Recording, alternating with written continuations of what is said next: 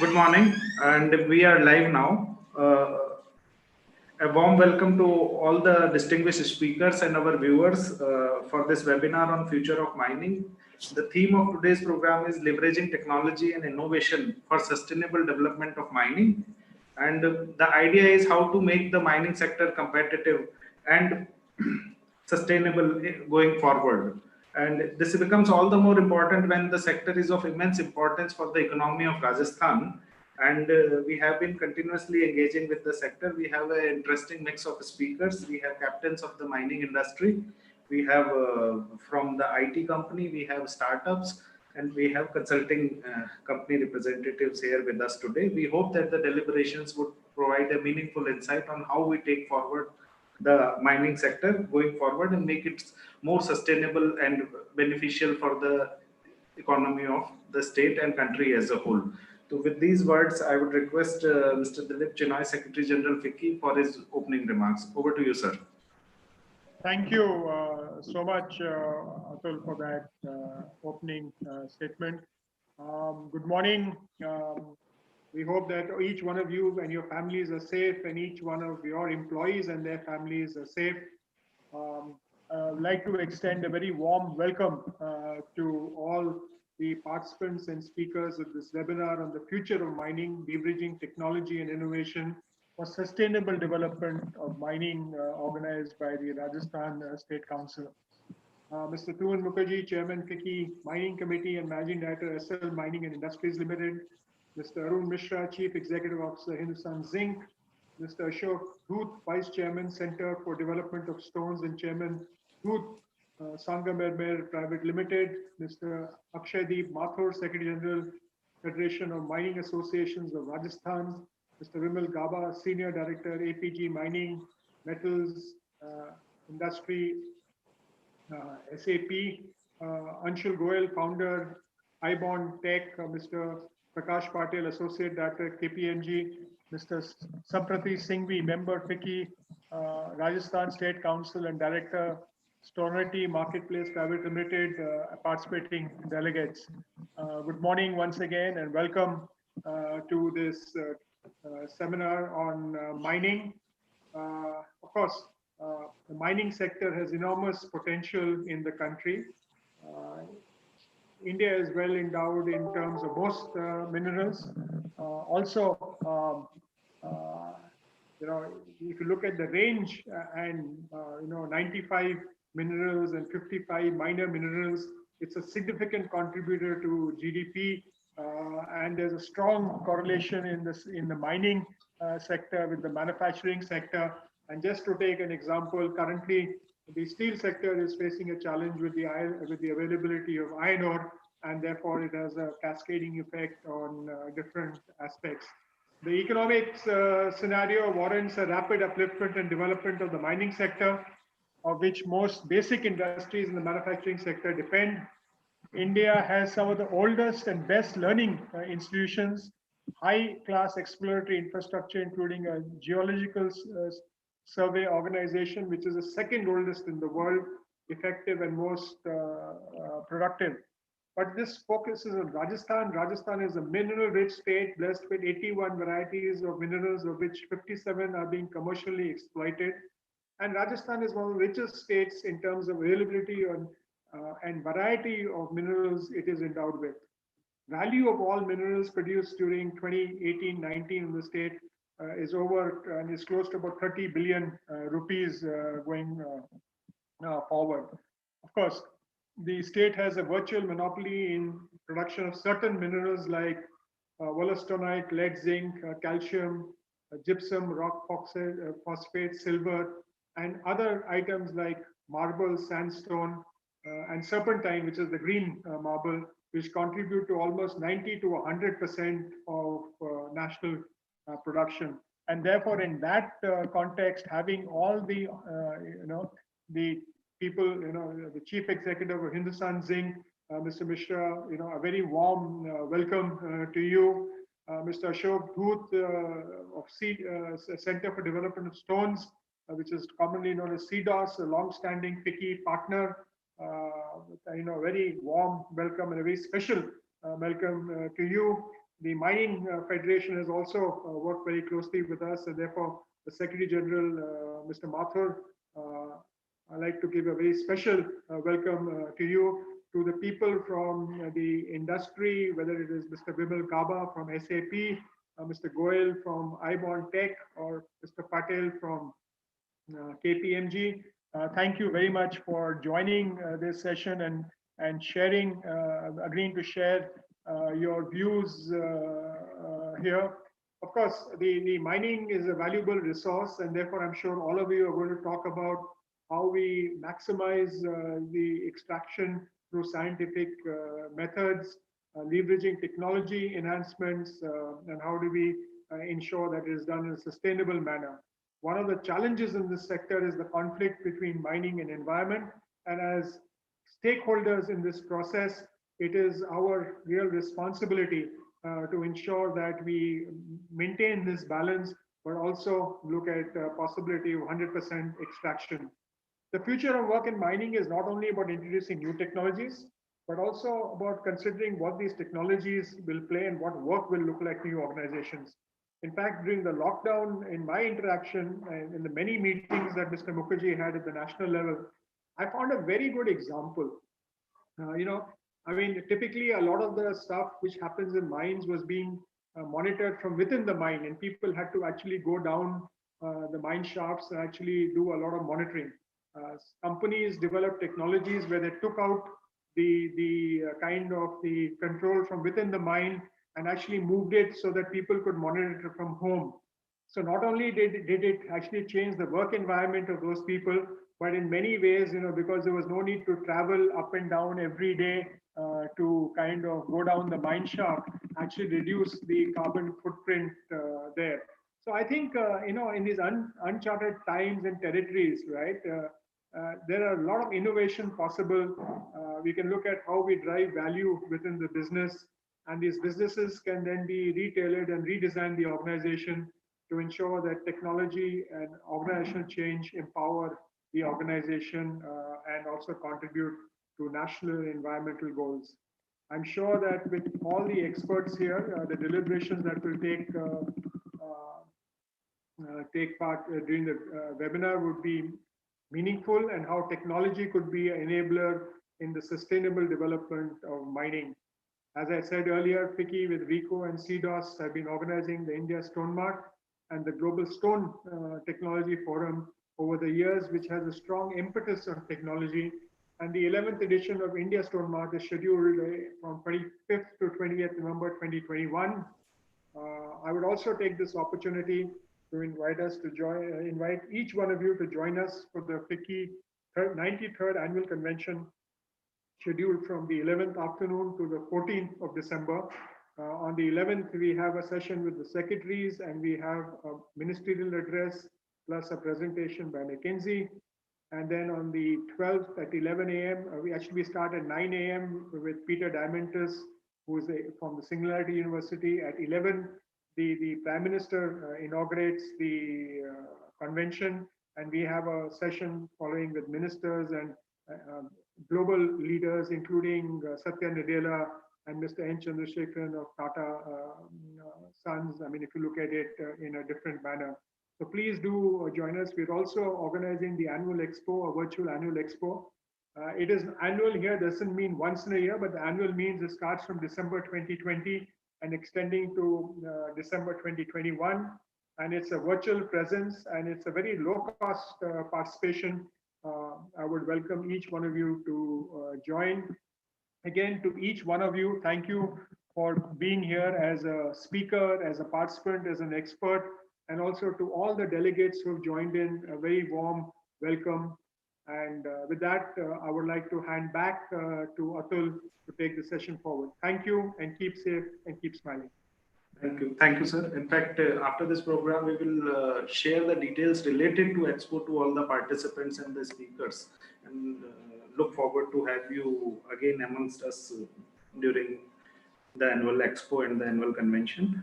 Now I would request Mr. Prakash Patil, Associate Director, KPMG India, for his theme presentation. Over to you, Mr. Patil.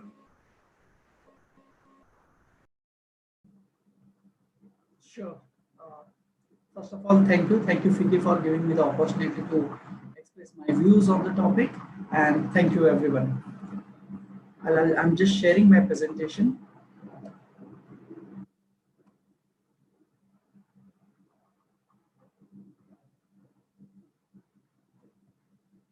Is this visible to all? Yeah, visible. Please go ahead. Please go ahead, visible. Go ahead. Thank you once again. Now, as the theme is leveraging technology and innovation for sustainable development of mining, I think we can start with the opportunity that we have, and we need not spend much time because that is something which is now a known fact. One important thing is if you see the IMF's view on our GDP, despite of this COVID situation, we continue to remain with a very strong potential of growth, and that will drive our demand for the various minerals that is shown here. The important aspect is, despite of this potential, we have been continuing to face some challenges, and then the important part again in this is these challenges are not new, but with time we have seen the intensity of the challenges increasing, whether it is regulatory challenges or development risk, and many of the challenges that we are in which we see in our day-to-day operations. What the focus of the theme is the sustainable mining. Now, when we say sustainable mining, I think we have to identify what are the critical factors that will ensure that our industry will have a sustainability in future. Now, what we have thought, we have created some 4 buckets or 4 pillars for the sustainability. One obvious one is the cost competitiveness, and it has many facets. It is worth mentioning that this cost competitiveness is not required only because of the global pressure that we are which we're seeing in last many years, more so recently, also because of some local factors. But what we have seen recently is there are more and more countries which otherwise in the past were not utilizing or capitalizing their resource potential. But recently we are working with some of the countries, and they also have their large resource base, and they are very keen, and they are working actively to capitalize on those. One thing that we have observed in while recently also we completed for one country, the key thing is when they are deciding their strategy for coming up with their mining industry in a big way. One, they are thinking of obvious factor, which is investor attractiveness, but along with that, they are now itself, when the mining industry is new in their country, now itself they are thinking of long-term sustainability, for which whatever required to be done in terms of policy matters, enabling the entire industry, and the use of the technologies, not only for the regulatory compliance purpose, but even in general, they are thinking how the technology adoption should be encouraged in the industry. So that is one factor we have observed, and that is something which is a case study for us, and more so for our industry, which is already established. Why we are not thinking in a holistic manner. Another thing is the cost pressure will also increase, because when these countries are coming out with their own resource base, which will add to the very high supply base that we are in which we see, our country will continue to face increasing level of cost pressure. Now, value addition, if you see, currently, if you see from mining to even many of the industries downstream value chain as well, we have been focusing more on commoditized kind of product base. Now, that is something which has left us very volatile to the profitability and the operating environment. But increasingly, this thing will not continue and will not be able to sustain. So we have to focus in a holistic manner in which we are increasing our value addition, benefiting more people, adding more products, adding more value, and obviously a lot of technology help is in which way happening in this. Logistics or evacuation is another thing which we all know is very important for many countries. Logistics is actually a source of competitiveness, but unfortunately for us, it is something which is creating a roadblock for our sustainability. Yes, there is a lot that needs to be done by the government through policy and investments such as DFCs and all. But what we have observed globally, and even in India, some of the countries, they are employing newer and new technologies, and they are generating a lot of values even in the logistics. Coming to environment and safety, now this is something which is assuming more and more importance, not only because the government is coming out with enhanced level of compliance, but it's also because otherwise we have seen in the past these environmental cases where in case of iron ore or otherwise in between or otherwise this will create major kind of impact in the operations and availability of the minerals. Therefore, we need to focus on these 4 pillars, and for that, both industry and government has to come together strategically.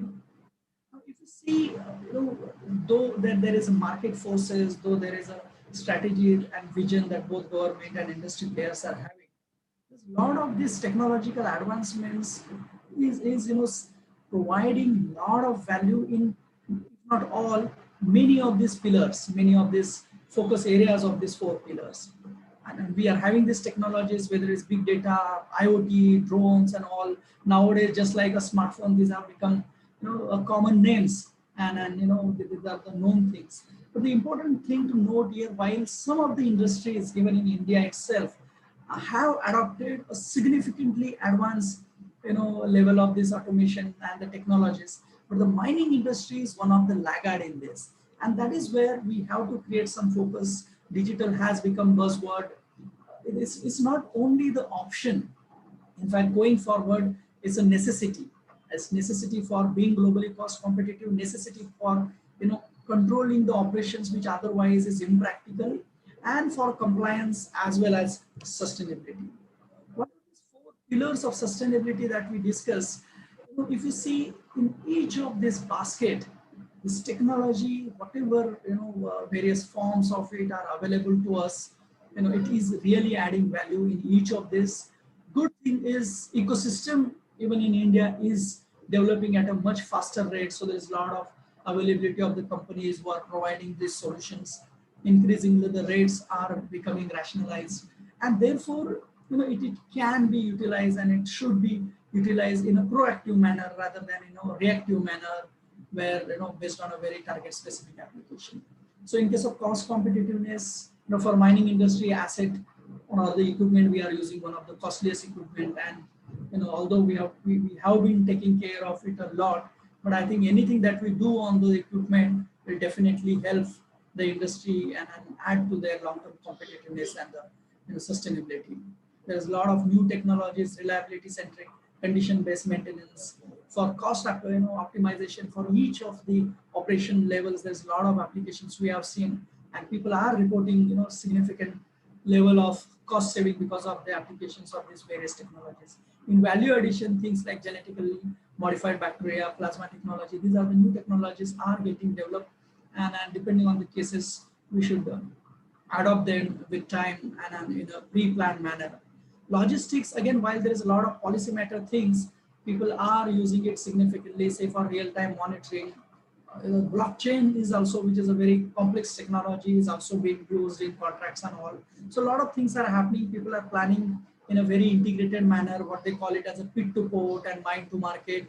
The entire logistics is mapped, and a value delivery is focused on both for effectiveness, lead time reduction, cost saving, and a better service.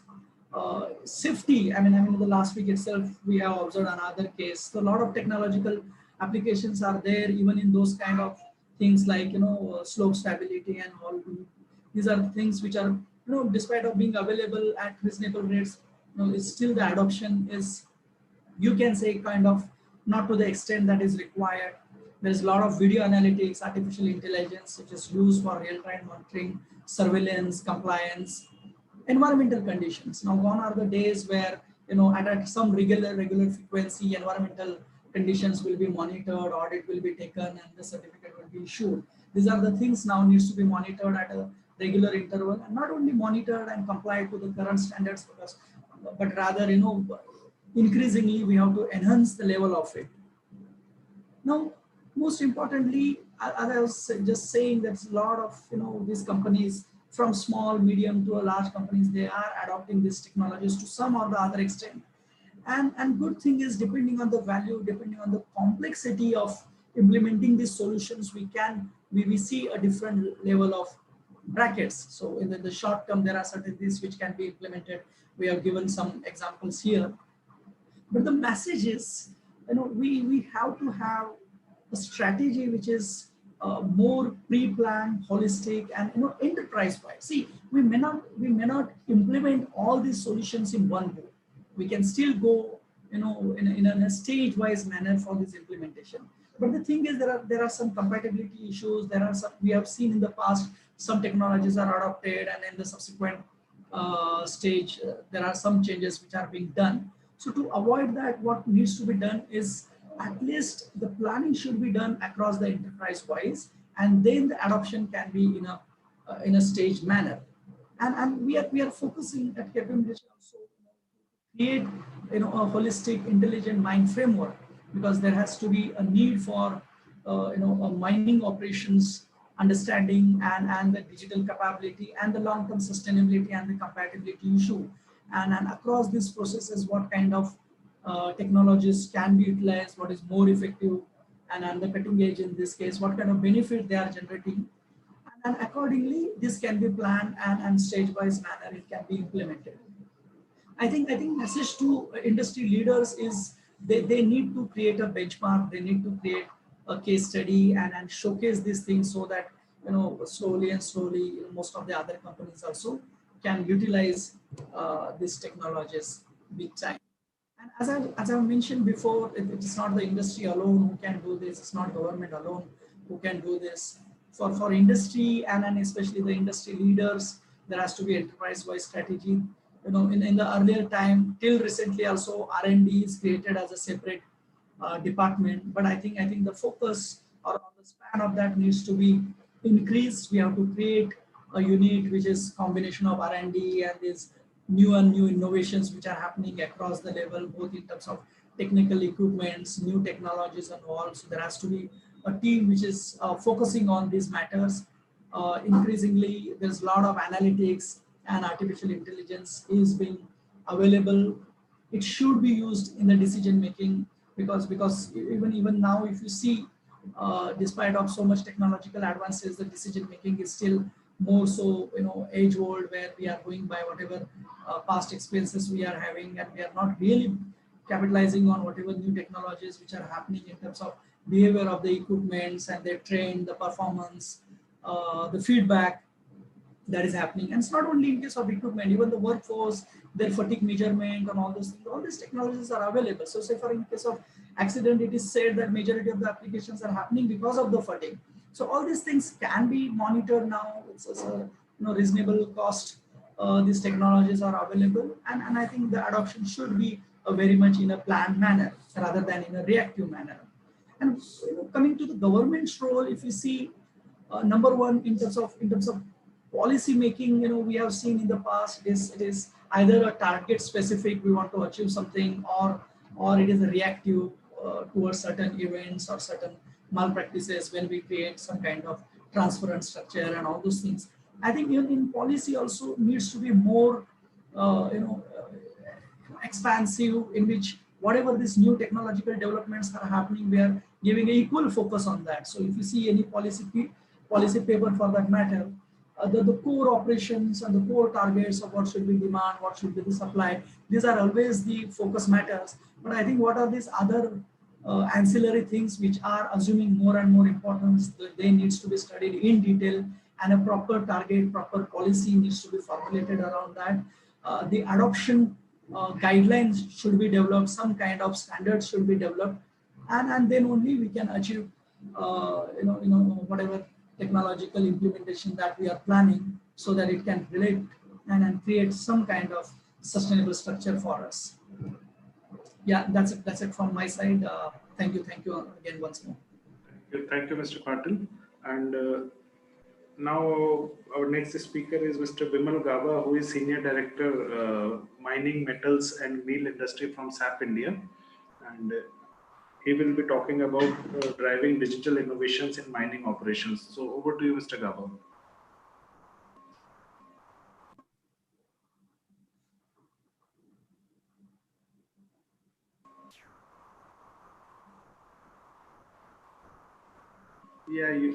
Yeah, You are not audible, Mr. Gaba.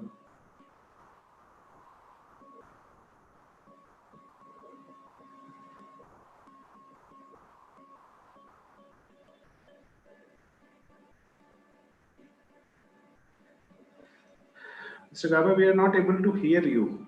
There is some problem.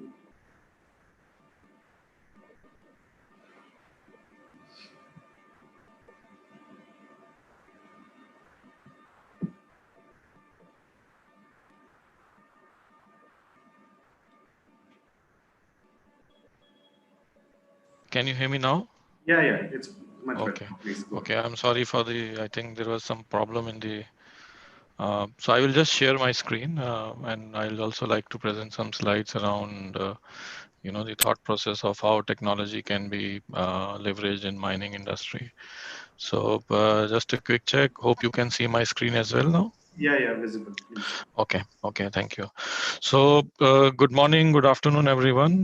My name is Vimal and I represent SAP, and we have a business unit which is specifically focusing on mining.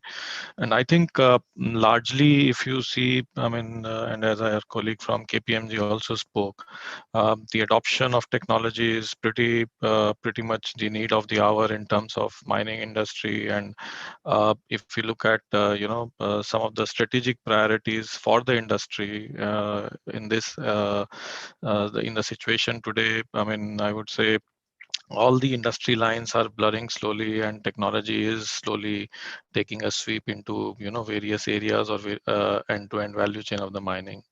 I would say that COVID-19 on one side has really impacted very differently the whole way we looked at work. So I think the whole perspective in terms of how the mining industry should look at technology has also evolved and has been impacted very differently by COVID, with workers have or people's safety and health becoming one of the highest priorities. And this situation itself in the last 1 year, the lockdowns, etc., I think have taught the overall industry in general that digital transformation and leveraging technology and innovations are definitely the need of the hour. And there is a need to really relook in terms of how the processes are and how we can really be prepared better to tide over some further situations if it arises in the future. So on one side, I would say that there have been an impact on COVID, but in general, from an industry perspective, to be more competitive, there is a need to be more agile in operations and more profitable and more productive and more efficient. And I would say that is one of the strategic priorities which is being looked at by the industry in general. Whenever we are talking to some of the industry leaders, and the sensitivity to safety, environment, and responsibility socially is much higher than ever before. So the monitoring of performance of organizations is far more closer by the society in general. And also, I would say another dimension is how do we really find new ways of doing business or new models, which is around customer centricity or more around the market facing activities. So given the, I would say, strategic priorities and the COVID areas, and also in the last few years, if you look at it, have been a strong technology shift, right?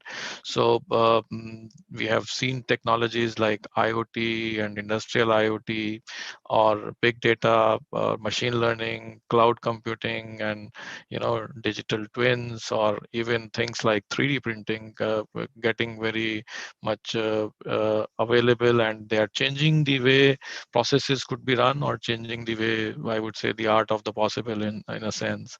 And looking at that specifically, I would like to talk about some key innovation areas which could possibly be looked by the industry in operation space. So I would say, as we can see, productivity and efficiency is one of the very, very important enablers and areas where innovation from technology perspective can be driven. Secondly, mining is all about assets, and I would assume that better asset management practices is something which will definitely bring in more value to the mining companies, and specifically with our objectives of say Atmanirbhar Bharat or enhancing the push to mining. I would say that this becomes a very, very important lever as well. And lastly, but not the least, safety and sustainable operations.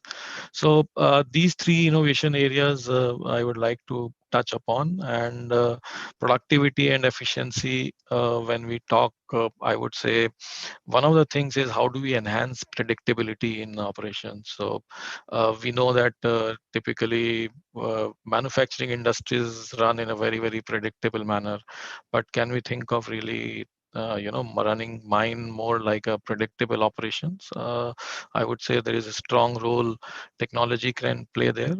Secondly, in terms of efficiency and visibility of remote operations, it's all remote with less connectivity at times, and how do we really bring the visibility and and start monitoring the operations more remotely. And we know that industry outside of India, definitely in geographies like Australia, for example, there is a strong push towards things like remote operation center, which have been strongly adopted. But in India, I believe that the adoption of technology and the adoption of concepts like this needs to be pushed further to really get some efficiency gains there. And the third is there is, I mean, if you look at industry again in the area of productivity and efficiency and operations itself, it's a mine of the resource itself, but it's a mine of data also. I mean, we have 100 years of geological data, or years of operational data, or years of our performance data, which has not been so structuredly put together or brought together or not focused upon. So really, how do you bring that data-driven decision culture and framework in the industry? I would say is another important aspect. If we look at the asset management practices, things like predictive maintenance. So historically, we would be running to repair, or maybe there are of course models where OEMs would be kind of doing the maintenance. But how do we really bring in some more situational analysis, and how do we start maintain as per needed or as required based on the actual prediction, based on the conditions of the equipment itself, but also considering the environmental situation also.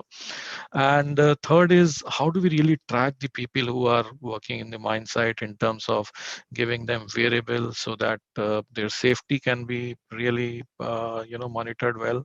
We can also monitor the environmental conditions, the waste, the emissions, and also look at aspects like people productivity. I mean, we need to look at the ways of enabling people in the mine site so that they can really be more productive with the help of technology, be it with help of mobile devices, or be it with help of some other technology framework, so to say. So I'll go and pick up some examples. Number one, the thought process of which I said earlier, running, say, mine in a more predictive manner. Now, we all know, I mean, there have been, the systems in the mining area like geological systems or mine technical systems and the other platforms. They operate in a pretty, I would say, separate manner, or not in a real integrated manner. So one of the big value levers could be possibly bringing all those systems together onto common platforms, so to say. So bringing in all the mine data or the geological data together with the business data in terms of price, in terms of cost, and making some meaningful decisions in terms of say for feasibility, or which could be either logistics or financials, and what are some of the more profitable scenarios which we could work in a a more unified manner from a resource perspective. So really, I would say this brings in more structure and more predictability, because the mine planning itself gets more organized in line with the business data itself, also for a period of life of mine, and also the cycle time in terms of planning itself helps is improved, so to say. And then using this data, of course, there is a huge potential to assess what is needed in the next 10 years and improve capabilities around more strategic planning in a structured manner, and also in line with the way say the demand of resources is expected in the years to come. Second, I would say example is how do we really enhance operational efficiency, which is all about bringing the fleets and the equipments. Now we know that IoT is a reality, and we can always connect the devices, but the largest or the biggest value, I would say, is we need to look at outcomes, and we need to define outcomes in terms of operational efficiency, in terms of safety performance, or in terms of fleet availability, in terms of cycle times, in terms of lead times, in terms of throughput at the mine site, and really use those insights, which can be only brought if we are able to really integrate the fleets and the equipments, leveraging IoT devices or connectivity and platforms, which, as I said earlier, from a technology perspective, is so much easily available, and so can be adopted much more easier than it was, say, 5-7 years back. And so a strong focus on business outcomes and getting some key insights, which could be even helping efficiencies around, say, consumption of fuel, for example, or even things like efficiency of drivers or operators, or leveraging technology to see if the operations are happening in some unsafe situation, so to say. The third example I would say is predictive maintenance. So I think there is a real need to, there historically we have been seeing models which are like either over maintaining of equipments, or more, which could be possibly more in a pre-planned manner, so to say. But I think there is a need to shift to maintain when required, and leverage technology to really bring in, data together to predict when the failures are expected. And there again, there is a huge, I would say, value which could be achieved, be it optimizing use of high value spares like tires, or some other important equipment, spare parts, etc. The other example I would say where there is a very, very strong need is in the area of safety of people. So how do we really leverage technology to bring in a more safer environment for people? So equipments are running in the mine site, be it open pit or underground, and they are generating a lot of data. And of course, now this data coupled with, if say, devices or sensors which can be installed on equipment from a location tracking perspective, or variables for the people who are working in the mine site, and also the environmental data. For example, if in an underground mine you're talking of gas or CO2 or emissions, and then bring all that data together to bring in visibility to a central control center or operating center, and then drive much more safer working environment for people, where it's easier to say also forecast if some disasters are expected, but also in real time monitor the health and situation of people who are working in a very, very tough environment in general. And last, I would say, is that these areas are very, very remote areas, and how do we really take everything from a data perspective into the field in terms of real-time analysis for the people who are driving or who are actually working at the mine site, and enhance and help them with more productivity applications, which also helps at the end of the day in terms of equipment availability. Of course, networking the mine site is an important element, and getting connectivity is an important element, but also bringing capabilities which are more on the surface or in the control room to people in terms of some real-time information and some real-time scenario analysis, which can enhance their productivity and enhance the outcome from the equipments which are being operated in the operation area.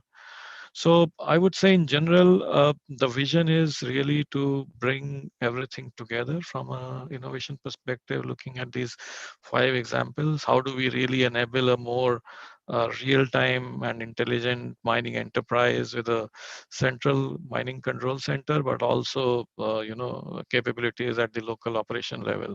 And this control center becomes much more important because historically, I would say, data and systems are more segregated in mining and not so well integrated as compared to some of the other industries. And I think that's a very, very big value lever in terms of, bringing systems, data sources together, information together on one place to really monitor and look at areas where further even more innovation could be applied. So in summary, I would say that the technology is available today. There are intelligent technologies, right from artificial intelligence, machine learning. There are applications, and there are platforms available.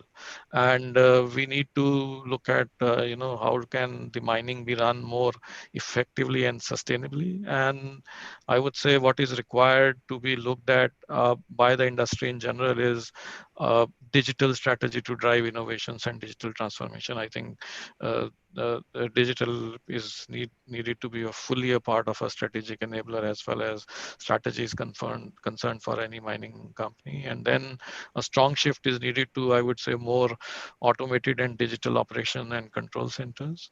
There is a need to really bring integrated platforms and systems which are running in a very standalone manner.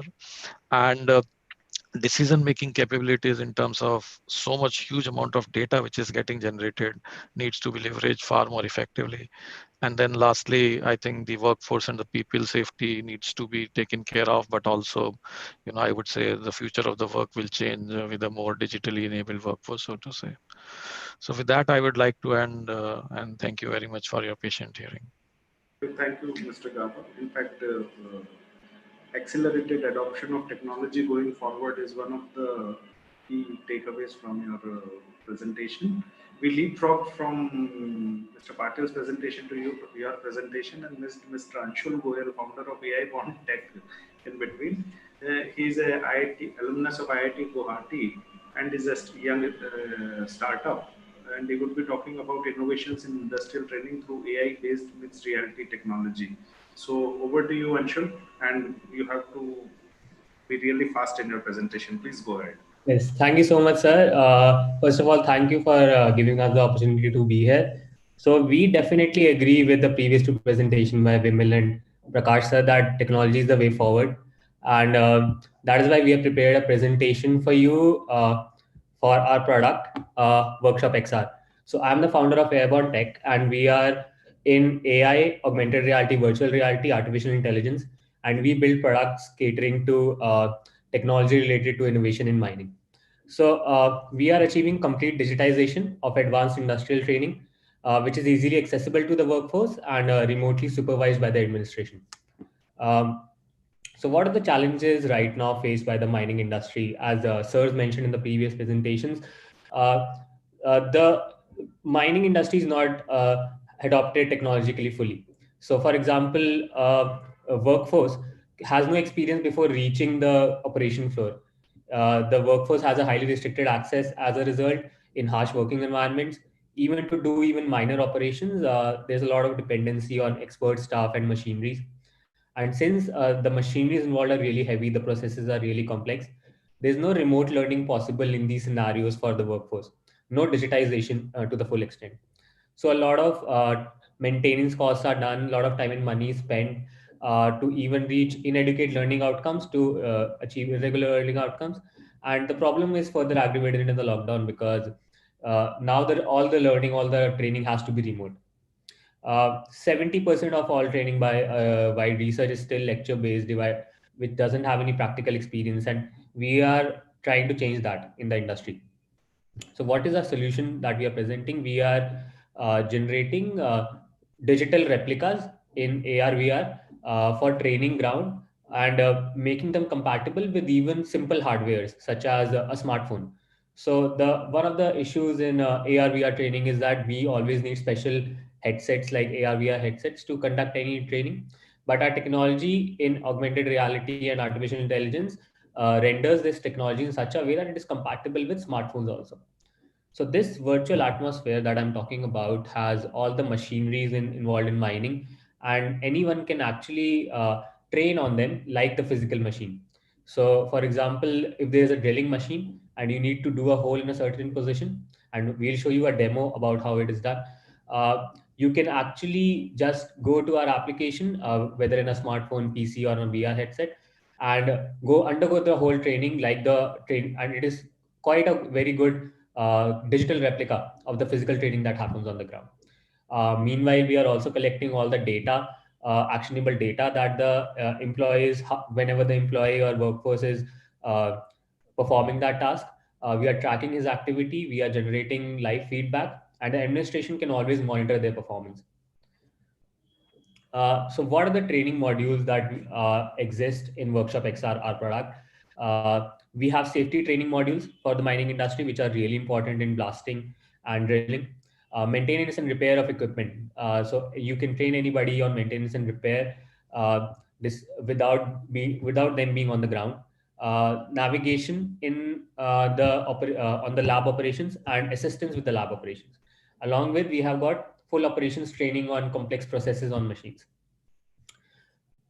Okay, so what are the benefits of this? So we have seen that a greater quality and retention of learning is achieved through this, better preparation and safety for the workforce as a result, because they now have, before even acting on the physical ground, they always have a digital tin to prepare themselves with. There is a training cost reduction to a huge amount, and also a training duration reduction to a huge amount. Along with that, individual accessibility to every workforce is maintained. So every worker has individual accessibility to complex machines. Also, there is remote assistance by the faculty or the administration. So the administration can remotely assist any worker who is undergoing training and monitor them. Also, social distancing is maintained because each of our digital twin is compatible with even smartphones, so anybody can access it. We did a very good research which basically showed that attention, confidence, and satisfaction for every worker that underwent this, that had gone through this training, had a really great overall experience. Okay, so let's straight away move on to the demo that we have for the whole AR/VR digital twins that I was talking about. Okay, so right now what you see is a JCB backhoe, which is widely used in the industry to do different operations. Here, what we'll be doing is picking up sand from the ground. And right now what you see is the screen recording of a mobile smartphone while using our mobile application and undergoing training in JCB backhoe. So the whole machine is fully controllable, as I said earlier. The instructions are produced live on the bottom. So the AI that is at the back end of this application generates live instructions for an employee to basically follow and perform the task. You can move the gear. So the white dot that you see here is actually our finger touching the screen. So you can move the different gears in different directions and the machine is fully responsive. So it acts according to whatever you are doing with the gears and the levers in the machine. So the whole machine is modeled on the actual physical machine. So I'm moving the gears, moving the loader bucket, fixing the loader bucket, rotating myself in the driver's seat, following the instructions again, moving the right gears, moving the rock bucket and the stick, extending it to the sand dunes, lowering the boom, collecting the sand, and bringing the boom closer to me so that I can collect it. And meanwhile, we are always tracking the scores, the progress, all the labels are there. So anybody can basically educate themselves. There's no need of any expert supervision. And all the data is produced for the administration to see on how the employee is performing and whether he has completed the training. Along with that, we have got safety training. So there's a simple demo here where we also really focus on safety modules that are in the industry. You have different simulations in the application. On top of that, we have different rigs that you can work upon. For example, we take a surface top hammer rig. You can change different views. Maybe you can go to the cabin and straight away, like the previous machine, you can operate it. It is fully operable. It is fully responsive to your control. For example, here we had to drill a hole near the target.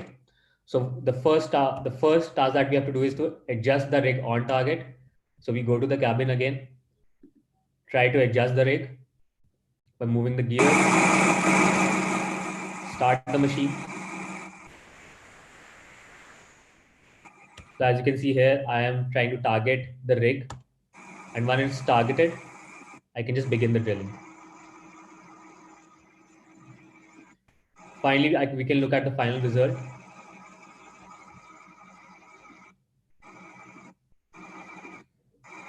And you can see there's a hole at the target. So it's a full 3D model, full digital replica of the whole physical machinery that you can train upon. Similarly, we have an activity where we need to break the stone. So you have to do strategic holes in the stone by using this machinery, and we instruct you how to do that. So you follow the instructions again, try to position the rig on the target by moving the steering wheel.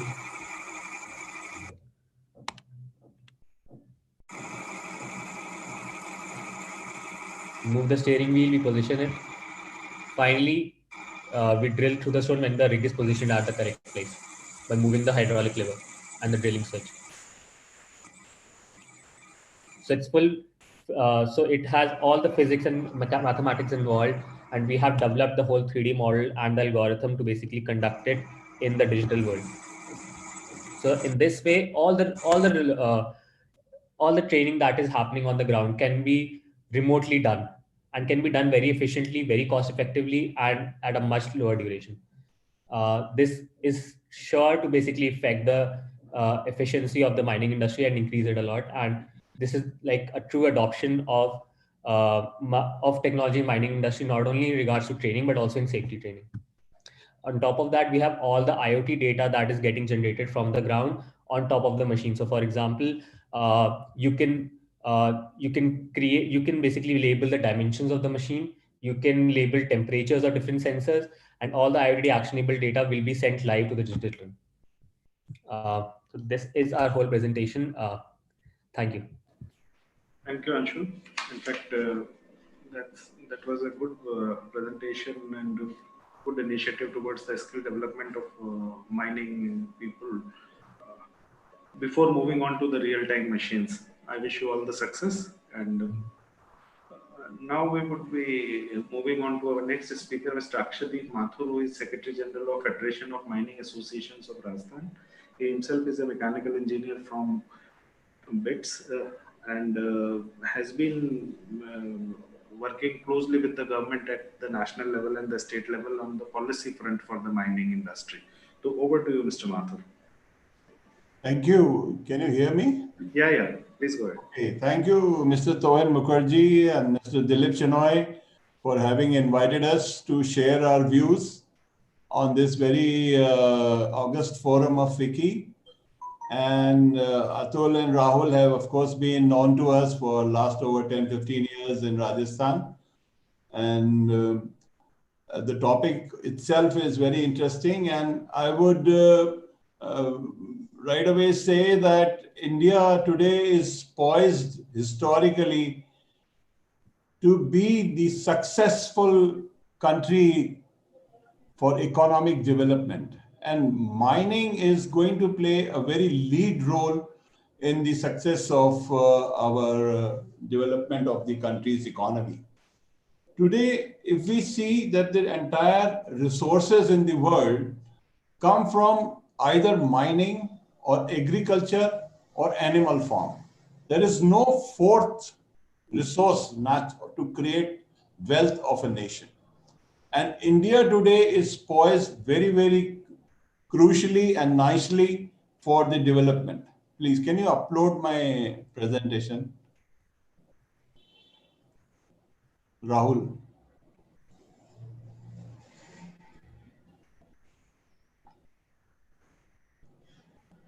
Next slide, please.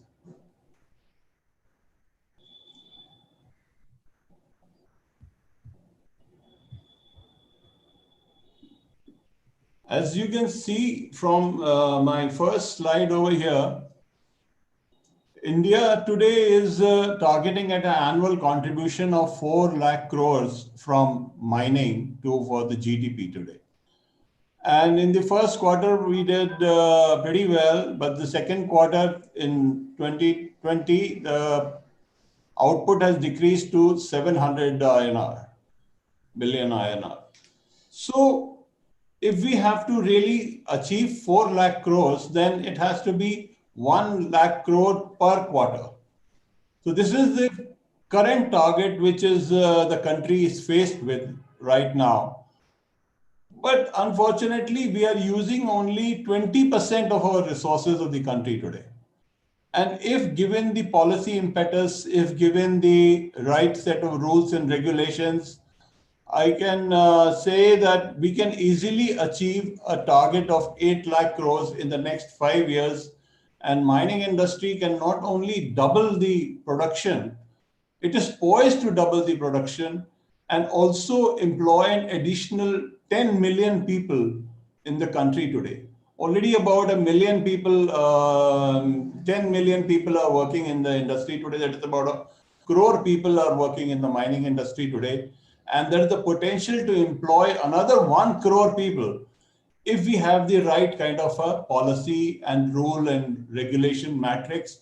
And especially as some of my previous speakers have mentioned, sustainable mining would also mean to get clearances at a faster pace, to get environment clearances, to get forest clearances, to get clearances from Pollution Control Board. And all the policy matrix has to be ironed out. It has to be falling into place the way it was planned in 2015-16. And if the policy really moves in the correct direction, I see no reason why the mining industry cannot accelerate the production. Unlike agriculture or animal farming, which cannot accelerate the production, because you see, they are season bound. A crop would happen over a period of time, but mining can be really accelerated, if given the right policy initiative. A very interesting example I can just tell you, on 19th November, coffin maker was working in his house and a rock fell from the sky in his veranda. It was a meteorite of 2.1 kg. And when this meteorite got examined, it was a 4 billion years old meteorite. And it was the composition of that meteorite was so interesting that 2.1 kg stone got sold for 10 crores in the market. So you see, जिसको बोलते हैं छप्पर फाड़ के भगवान ने दिया, that is something which actually happened in Sumatra, in Indonesia, just about a week back. So that is the potential which the mining industry has today. If given the right policy, right direction, we can do a lot of work. And next slide, please. If you will see today that there is a World Resource Institute which does a lot of study on what are the building blocks of the civilization today. The building blocks today are the soil, the bajri, the earth, and the aggregate stone, and the iron ore, and limestone. These are the 4 biggest building blocks of the modern civilization today. And these are the ones which needs to be focused upon. If we really have to make a progress by leap and bounds, these 4 areas are facing the maximum problem. Iron ore is facing maximum problem. Bajri, river sand is facing maximum problem. Stone industry is facing the maximum problem today. And if we are able to straighten out these 4 minerals, we are sure that the country's development will happen at a much faster pace.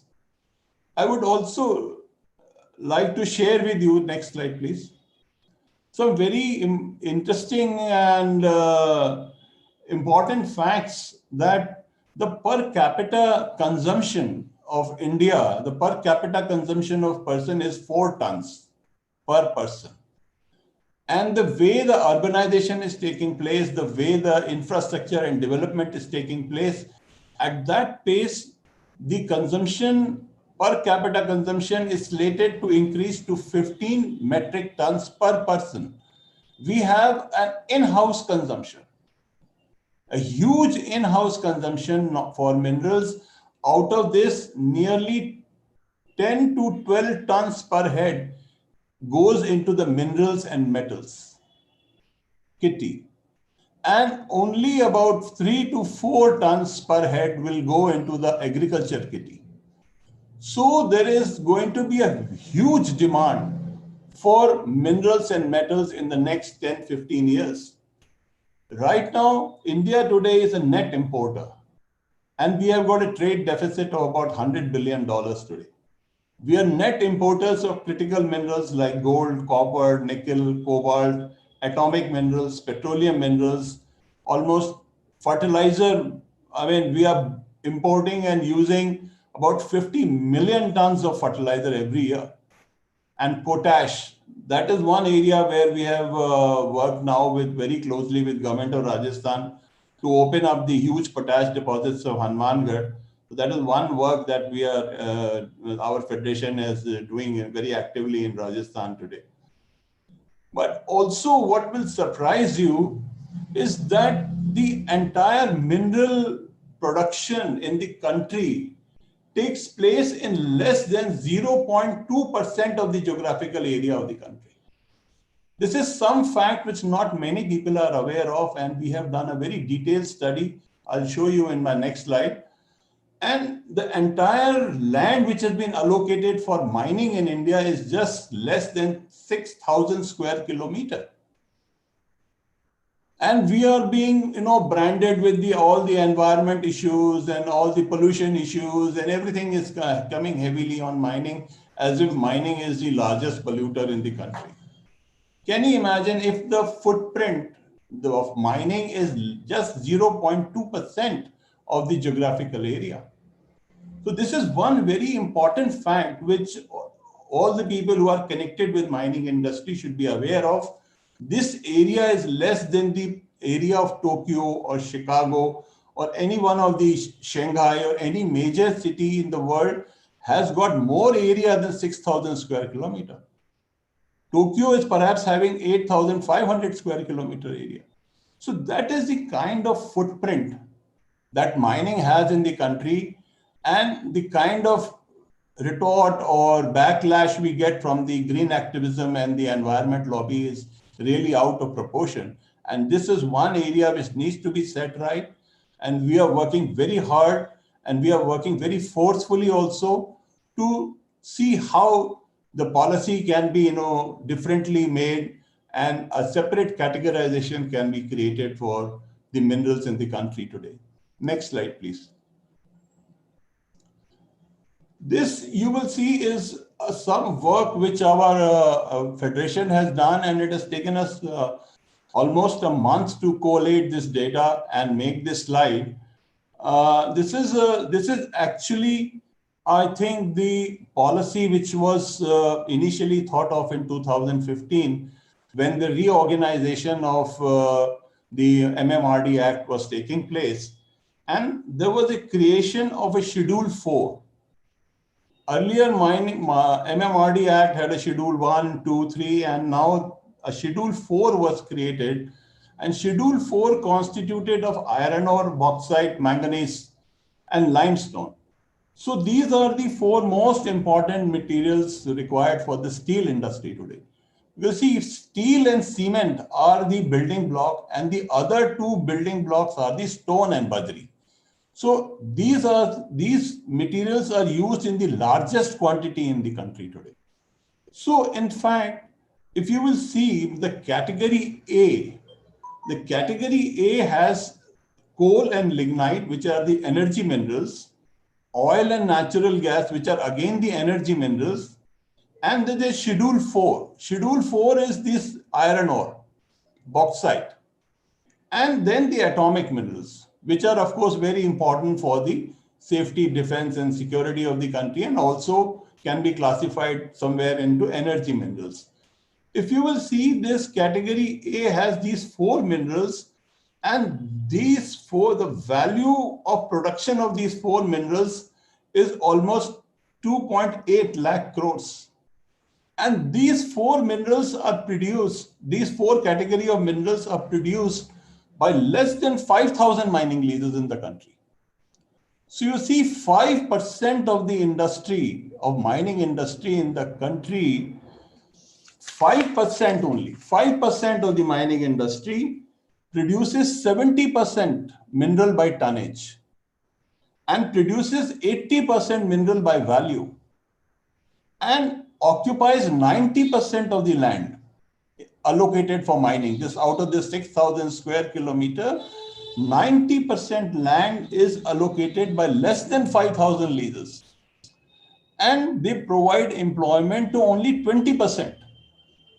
Out of the 10 million people, 1 crore people who are working in the mining industry, they provide employment to only 20%. That is because these are highly mechanized operations where they are using heavy machinery, heavy equipment, and one machine can do the work of 400 to 500 people. The huge machines are operated. The big dumpers are being used and the cutting machines are being used.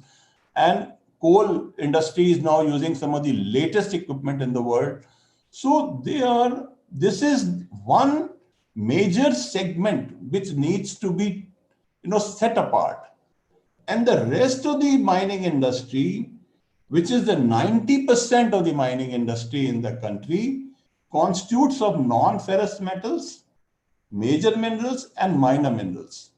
So you see, this is constituting over 60,000 leases, 35,000 leases in Rajasthan alone. So this segment, which is, we are branding this as a MSME segment.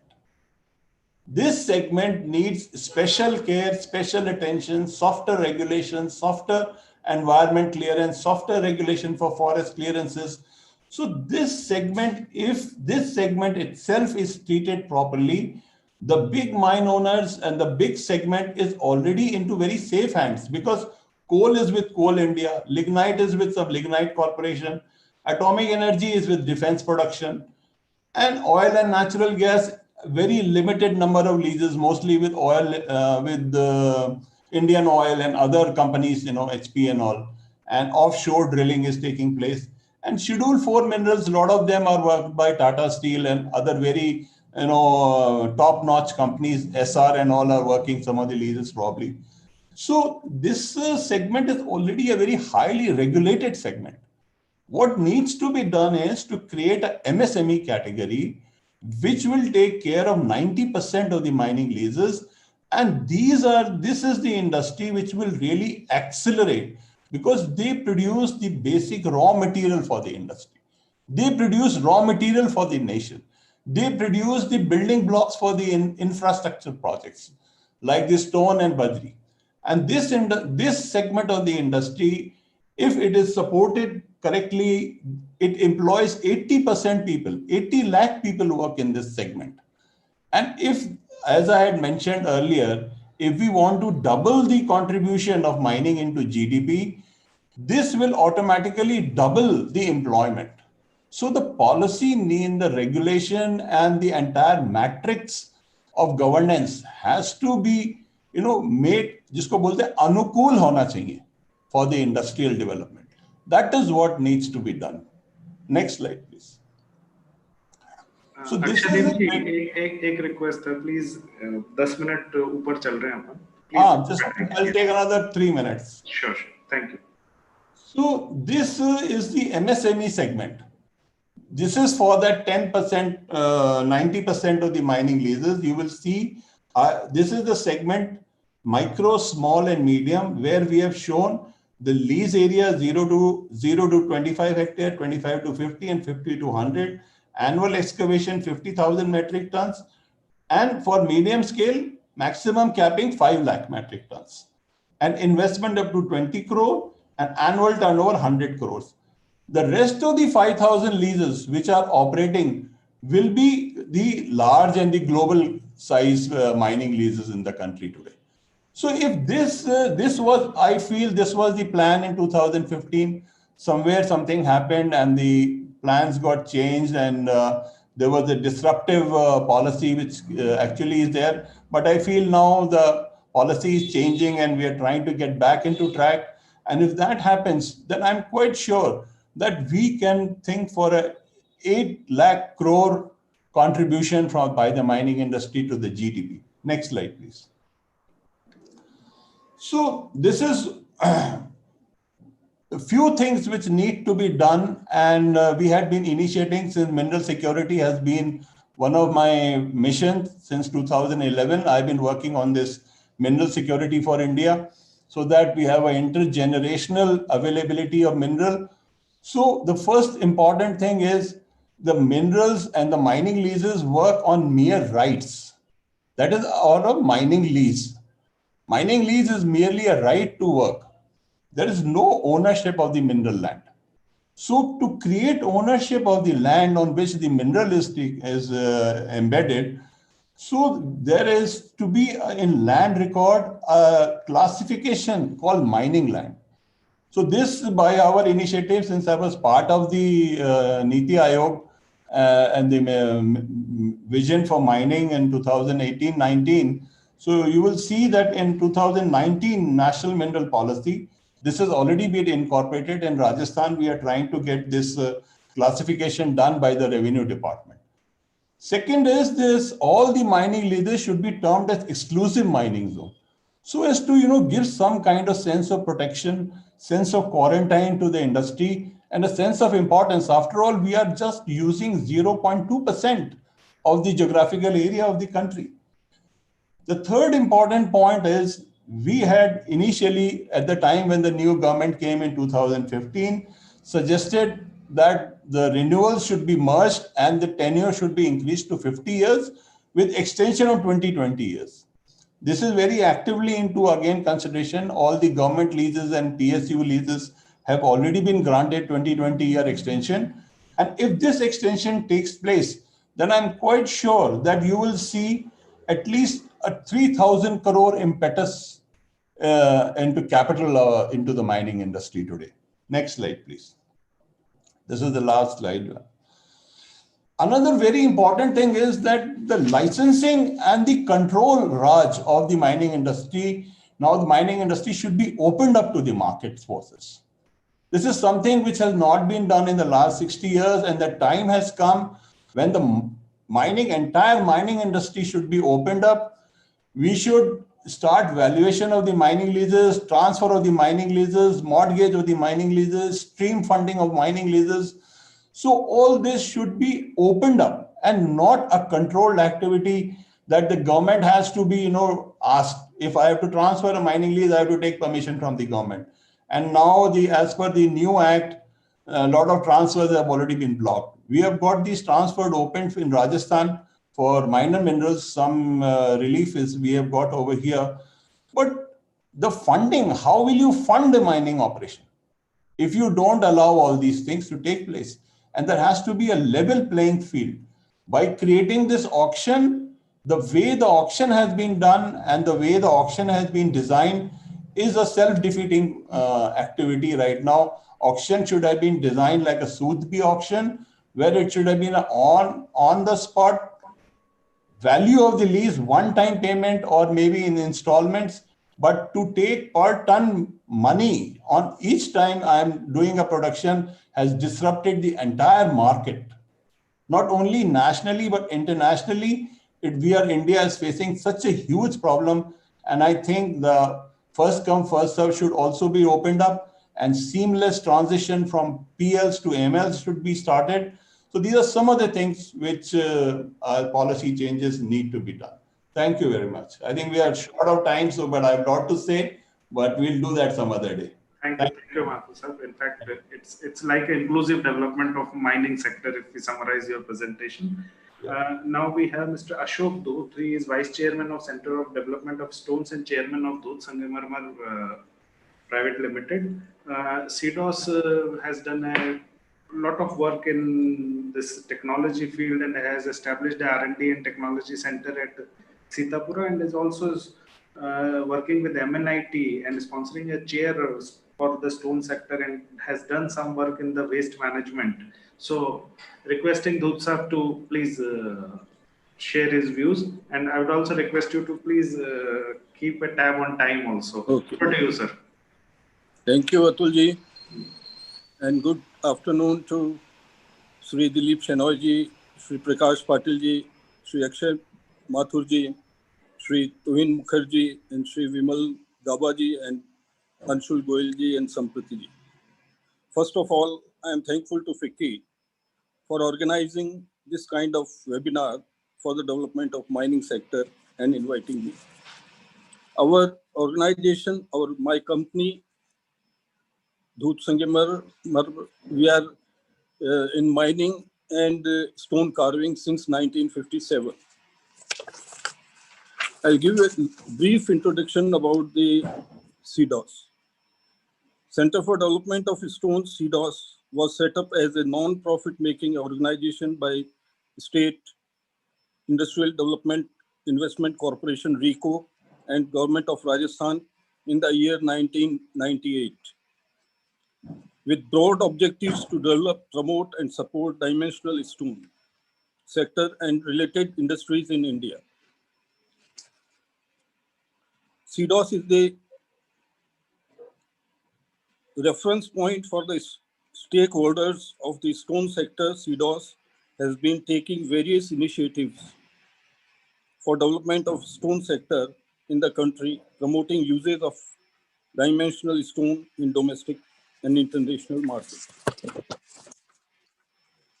Regarding the stones, in Cdos, we have set up a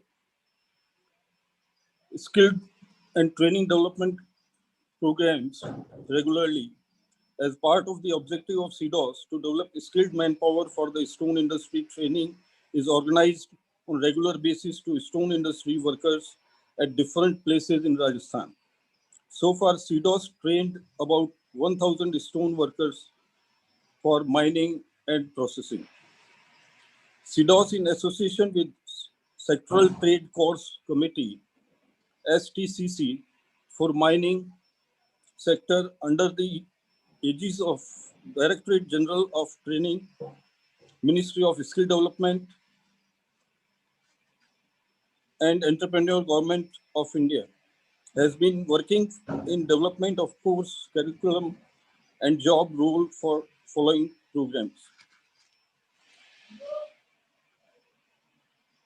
To create awareness about various pertinent issues, Cdos regularly organizes seminars and workshops for mining.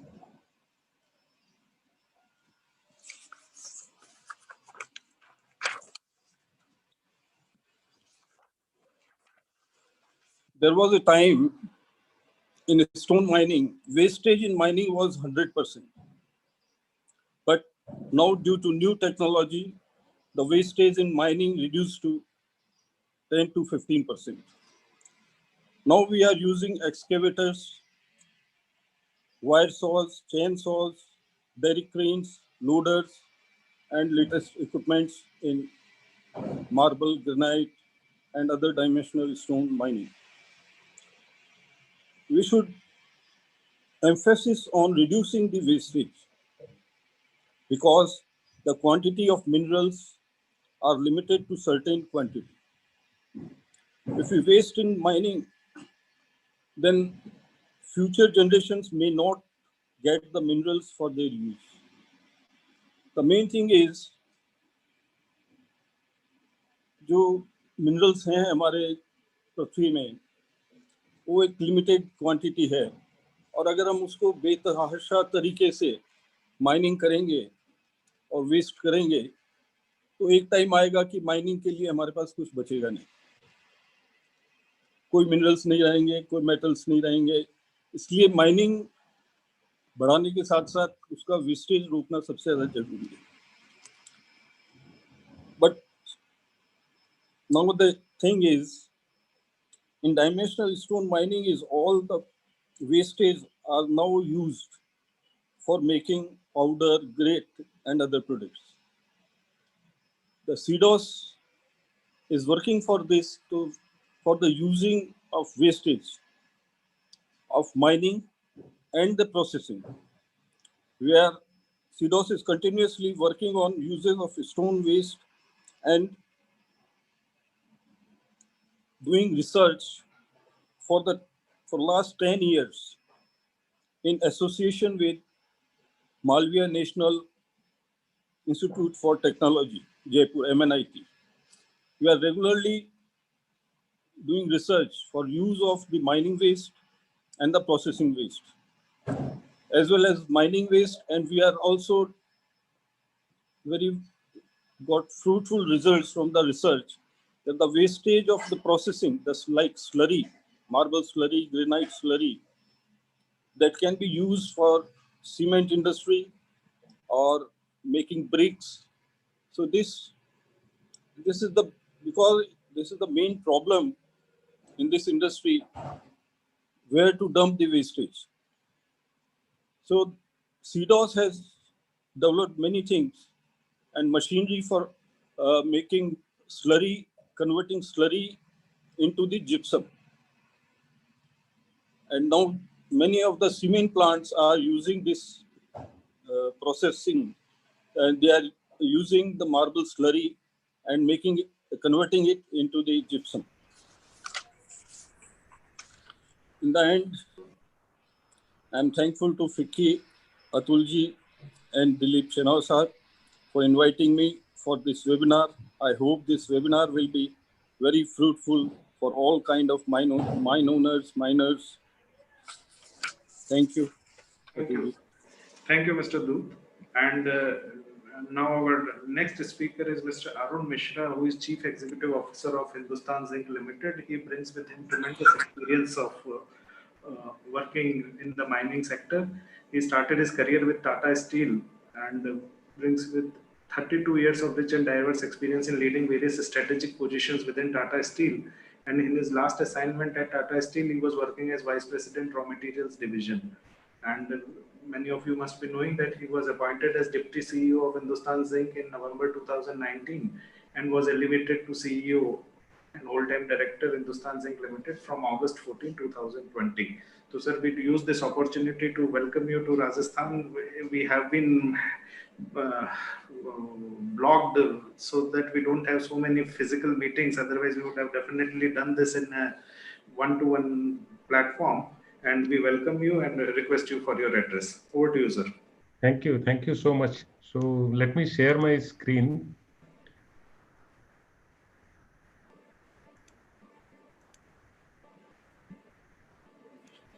I hope it's visible.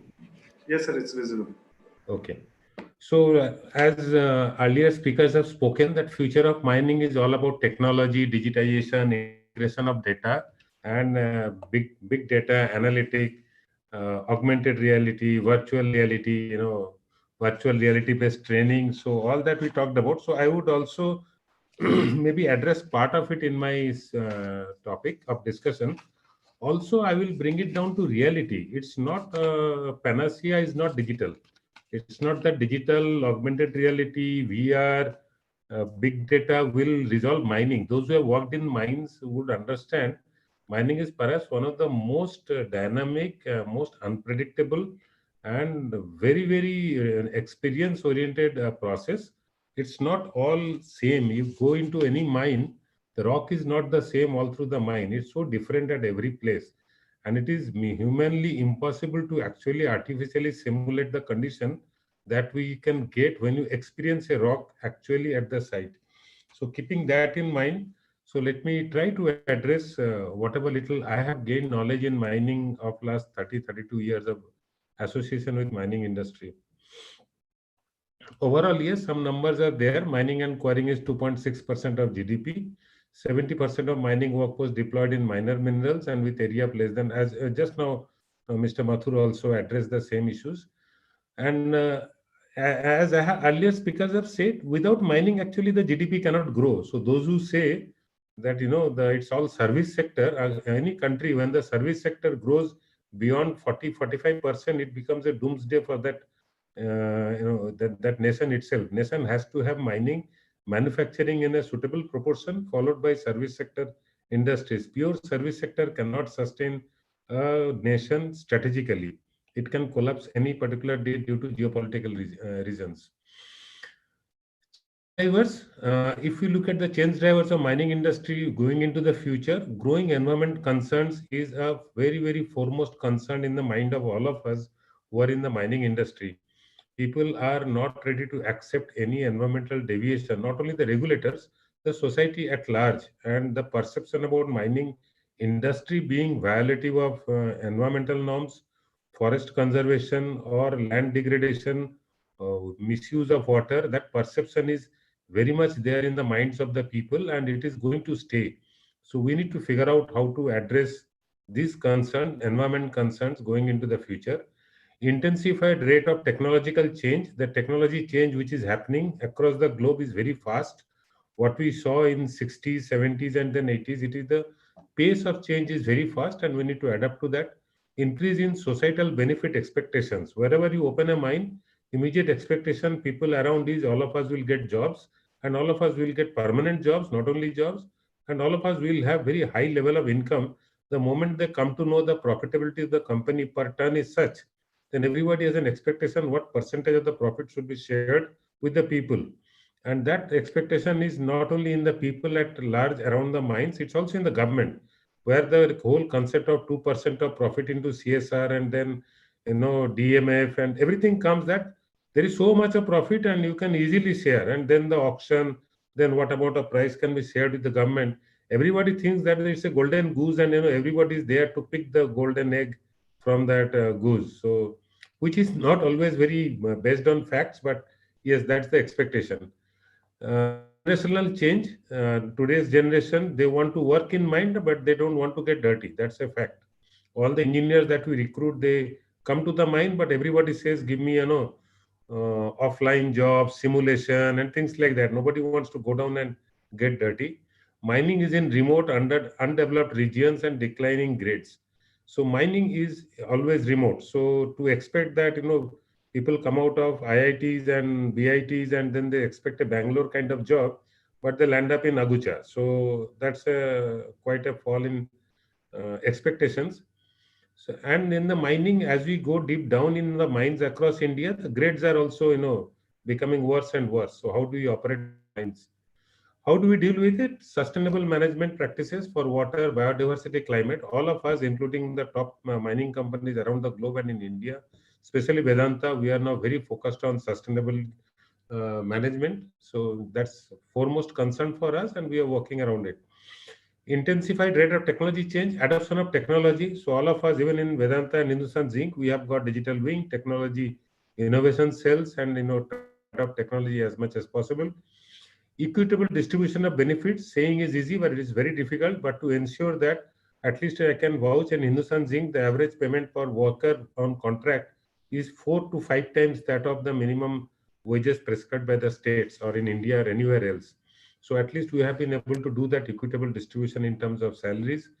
New ideas for generation change, new generation, they have come up with new ideas. They are more adept in so-called digital and technology, but we need to harness that potential and use it properly. Drive exploration to identify new ore bodies. This is something government needs to open up. I think Mr. Mathur spoke of it. Government needs to open up exploration across India for various types. And I don't know how they will do it, but they need to.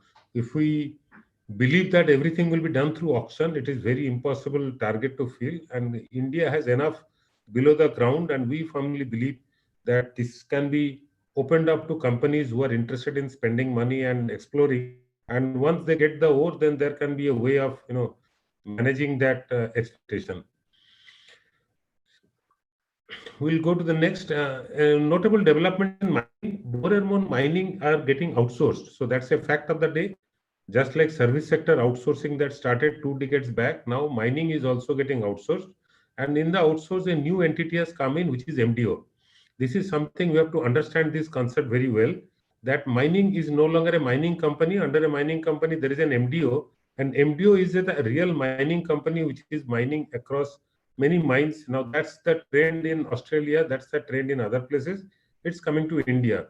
So both MDO and operate and maintain companies, O&M companies for mills, O&M companies for smelters, are the reality of the day.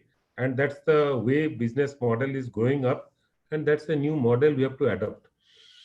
Second is mechanization. Yes, more and more mines, especially metal underground mines, are getting fully mechanized, and at least in Hindustan, saying underground mines are as mechanized as best mines in the world. So mechanization is here to stay, and I don't think there is any going back from this. There will be 100% FDI in the mining sector. Actually, is a very good step forward by the government. We would see more technology, more international entrepreneurs coming in. And the most important and very close to my heart is automation and digitalization. That is something even in underground mine, in two of our mines, both Sindesar Kurd and Agucha, are to the depth of 700 meters. We have been able to lay Wi-Fi network, and IoTs equipments are connected online, and there is a collaboration center in Udaipur where all the mines are through the underground are completely visible. Online streaming of data is happening. But I will bring you to ground. What is the real issue? It is not the data transfer capability or data aggregation capability that determines success of digital drive. It is the insight into the business. It is the insight into the machine.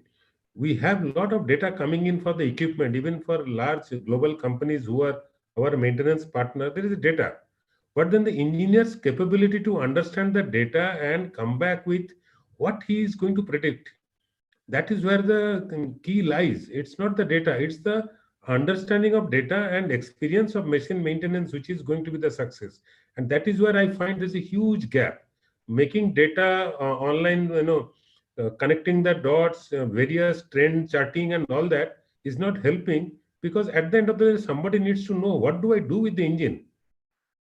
All along I have seen, if the temperature starts increasing and the oil viscosity reduces, there are 3 checkpoints given. I have done those checkpoints, nothing is working. Temperature is still increasing. What do I do? So that's where human mind is such that it can do a trending on its own on the past experience, where the machine trending or machine learning is something, is a subject which needs to improve. So that is an area of work I think all the technologists need to do. Right now everybody is focusing on getting the data, building up remote operating center, getting online display of data. One McKinsey study shows most of the companies which have gone to digital journey is finishing there. So there is a showpiece of a remote operating center where data is visible, and the CEO is very happy. When the visitors come, they are shown that room, and that's where the story ends. If you ask what is that additional tons which have come in, he has to figure out some method to find out what additional tons have come in through that. So that's the reality of the day. We may agree, may disagree, but that's the reality. Mining technologies and practices. Yes, to maximize value, we are looking. Mine design is a subject which where after exploration, the block modeling, 3D design, scheduling of mine. That's a good area of work for technologists. And if we can do that well, because most of the key lies in mining is the prediction of grade. If we can predict the grade properly and design the extraction in a way that minimum dilution takes place, that's something where the key lies. Of course, it requires experience of mining, knowledge of mining, but also how now with artificial intelligence and also with the drilling technology, you can have multi-directional drilling from one drill. From multi-directional drilling with that data, how much trending or how much prediction my system can do, that will help us.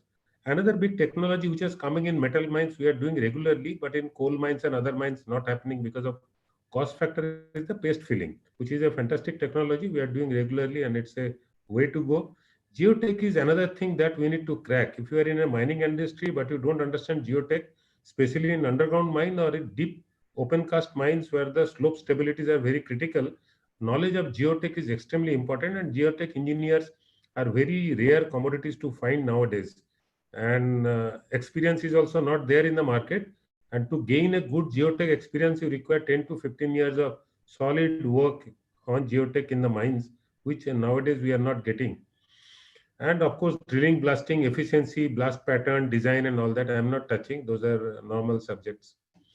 Other area is decarbonizing mines, especially underground. With a lot of mechanization, mostly diesel-driven equipment, underground mines are slowly getting choked with carbon. That's an area on human health, and we need to work out how to decarbonize mines. So that's something very, very close to our heart. We are looking at development in the industry for battery operated equipment, which can run the upgradient in the decline. There is the development is still to come. Second, electric cutters. Can we stop doing drilling blasting? Can we do machine casting in hard rock, including metal mines? That's a development is to come. If these two developments comes, then we will have mines which will be as clean as surface, no fumes inside, and we will be able to actually have a very healthy working environment, and the productivity will be much higher. Today, this is an area which requires immediate attention, which is battery driven vehicles with a high power electric vehicles in the mines. And we also require machine cutting of mineral faces instead of drilling blasting. These two are extremely, extremely important to me. Future trend, of course, low carbon economy. Overall, CO2 footprint reduction is mandatory. Right now, we are using a lot of diesel, but otherwise also a lot of energy gets consumed in the milling, especially in the ball mill and other mills operations, and also in the smelting. How do we reduce, carbon CO2 footprint in our operations? That is foremost.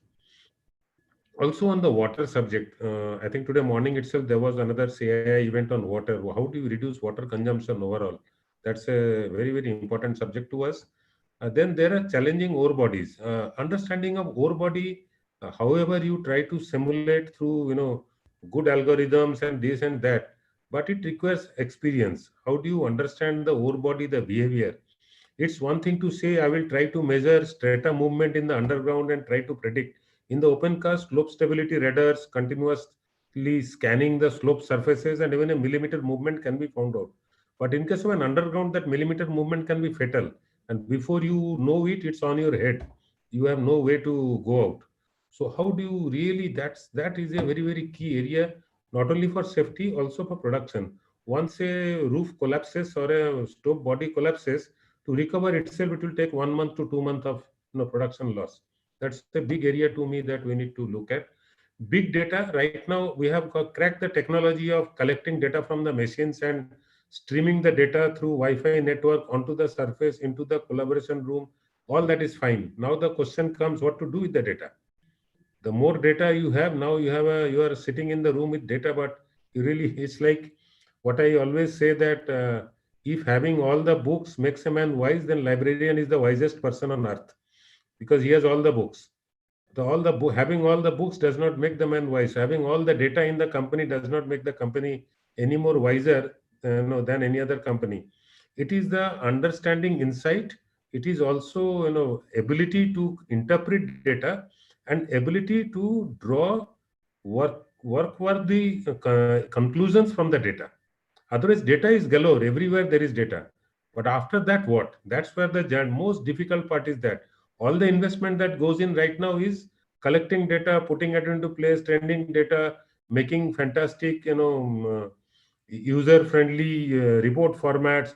So every CEO loves on the click on a mobile. He has got various charts available. But so be it. After that, what is the question? I know all that, but what do I do?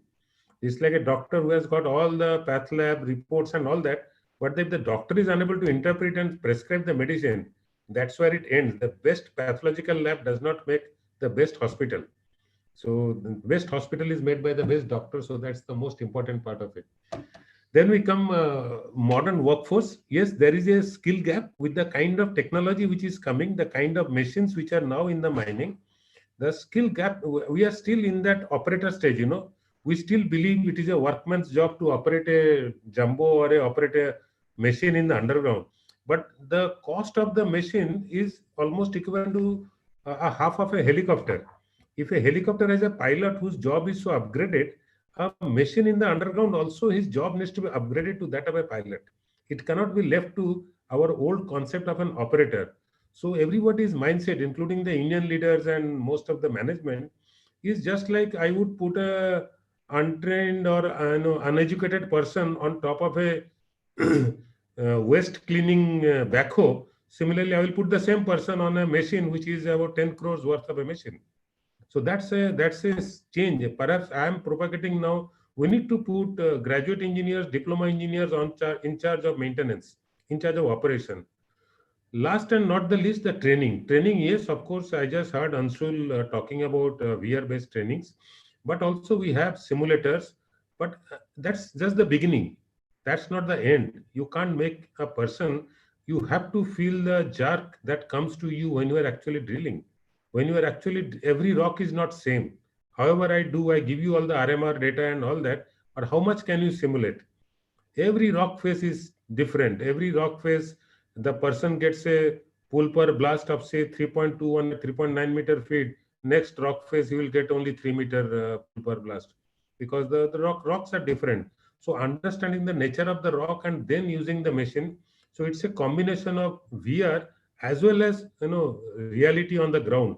How do you do that? We are now struggling between simulator, and from simulator to reality on the ground, where the master trainer comes in, and those are commodities which are now becoming extremely difficult in mining, especially because of people don't think that this is a as good a job as a GE or a Apple job. So that has to come into the minds. Especially I know from being from IIT myself, the mindset that plays in the people who would love to sell soaps, but then to go into mine and work as an engineer. So that's the mindset that after doing 4 years of IIT, get into an MBA and join a soap selling company. People love that as more so-called sexy to them. So I guess that's all. So that's what from my heart and what from my experience. Whatever you can take or people may make use of, fantastic. All the best. Thank you, Mr. Mishra. In fact, making the job aspirational and striking a balance between the simulator and the real-time work environment, maybe the two key takeaways from your address. Now I would request Mr. Tuhin Mukherjee, who chairs FICCI Mining Committee and Managing Director of Essel Mining and Industries Limited, for his patient hearing and address. Mr. Mukherjee is Managing Director of Essel Mining and Industries Limited and Sector Head of Mineral Resources Development at Aditya Birla Group. He also brings with him 4 decades of experience in the sector. So over to you, sir. Well, it's good afternoon. I think it's quite a, we have crossed the time. Maybe I don't know how much, maybe half an hour more.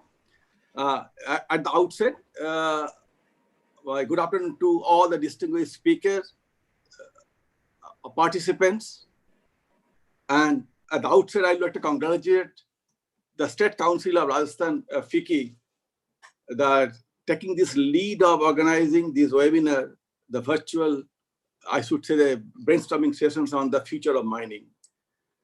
And that too, I was really taken aback. The 3 key speakers start with Mr. Prakash Patil, then Vimal Gaba, and Anshul Goyal. Really, they have set the tone the way FICCI wanted, and I'm very confident. Atul must be very happy. The future of mining has been set quite right on the track by these 3 esteemed speakers. They spoke about the future of mining going forward. I must thank all the 3 individually on behalf of FICCI Central Mining Committee, and I'm quite confident Dilip is there. He must be also equally happy and satisfied by hearing those 3. And thereafter, there are I should use the one, I don't use the speech, but the paper presented by Mr. Mathur definitely opened up a altogether different perspective of mining, the challenges and the remedial measures, how to address those. Followed by, I think, the Mr. Dhoot, but Mr. Arun Mishra, he spoke about the reality of the mining from his vast experience on the ground. Having heard that, and I'm really personally very satisfied to hear not only the future mining, but of the practical experience from all the esteemed speakers, I'd like to touch base. I'll not go into much detail about this, what is the future of mining. We have really dealt quite well. I'd like to highlight today that this Rajasthan State Council, they have taken the lead to organizing this virtual webinar, virtual meeting of future mining. The prime objective was the Rajasthan as a state has a very important role in our mining industry in our country. If you look back historically, the history of mining in India dates back again in Rajasthan and a little bit of eastern side of Bengal, the coal in Bengal and copper and lead zinc in Rajasthan. Historically, Rajasthan has the footprint of mining from long ago. And they have seen the mining right from the manual mining, semi-mechanized, mechanized. Now we are talking about the future mining. So very apt that how the State Council has selected and how do you go about. To start with, I would like to touch base what from the FICCI chamber, we always thinking about the first step of future mining or any modern mining you talk about, we must know what Mr. Arun Mishra has pointed out, the predicting the ore body, ore geometry, quality. That is means we must know the deposit, where is the deposit available. It's called prospecting exploration. So we have been always harping to the government, let the country must know where are the deposits, what is the quality, what is the geometry, and based on that, we can do the all future planning.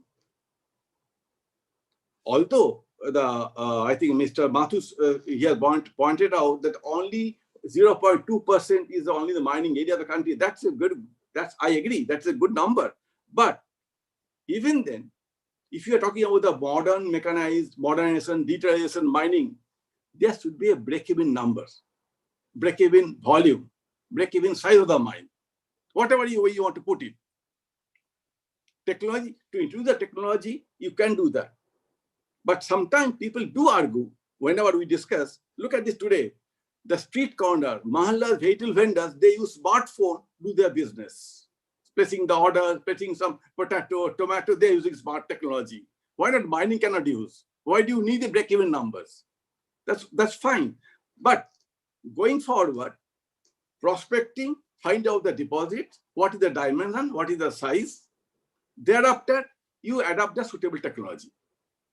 So this is the one area, and Rajasthan is very relevant to Rajasthan state because it has a very unique geology.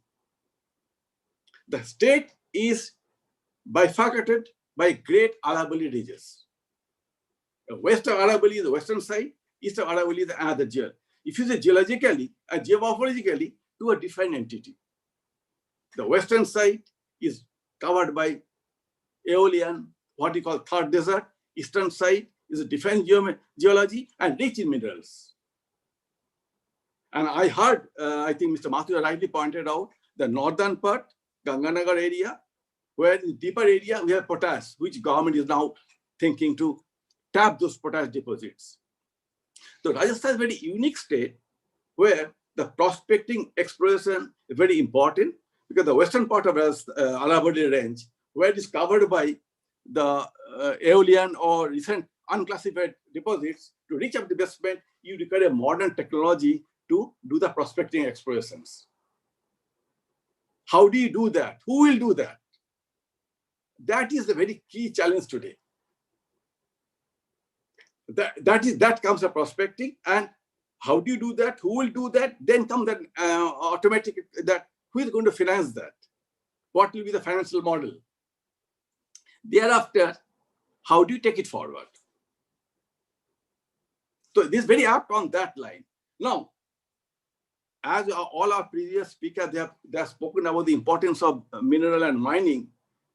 With the changes of technology, the couple of mineral earlier we are very content with the mineral, like as you said, Schedule 4 minerals or energy minerals.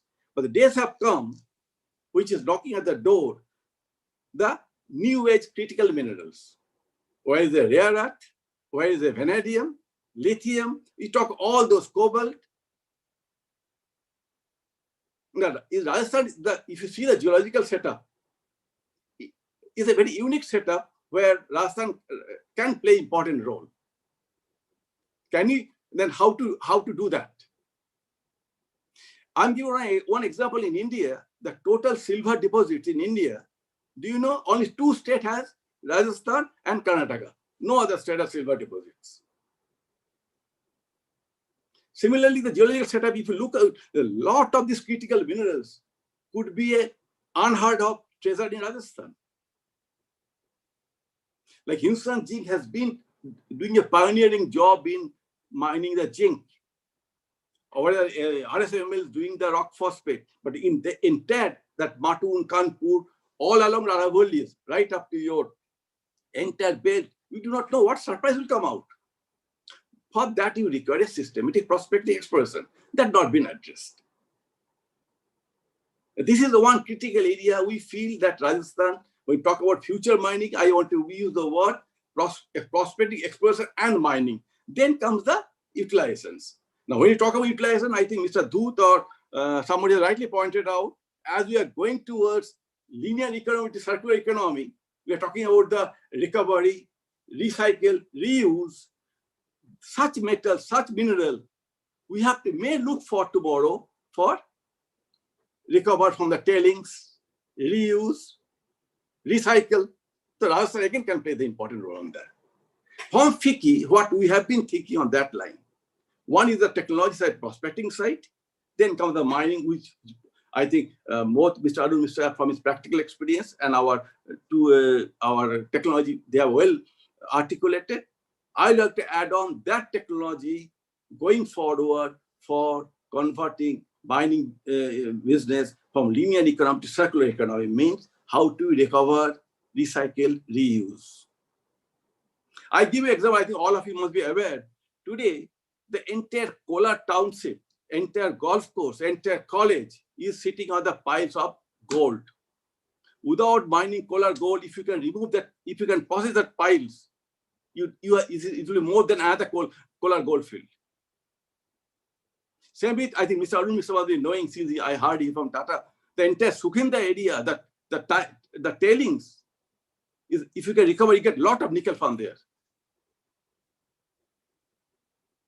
So that is another tailing. Instead of opening a new mine, if you have the technology for processing those tailings, what do you get out of that? How do you get out of that? The technology of future mining doesn't mean that you have to go again start a new mine.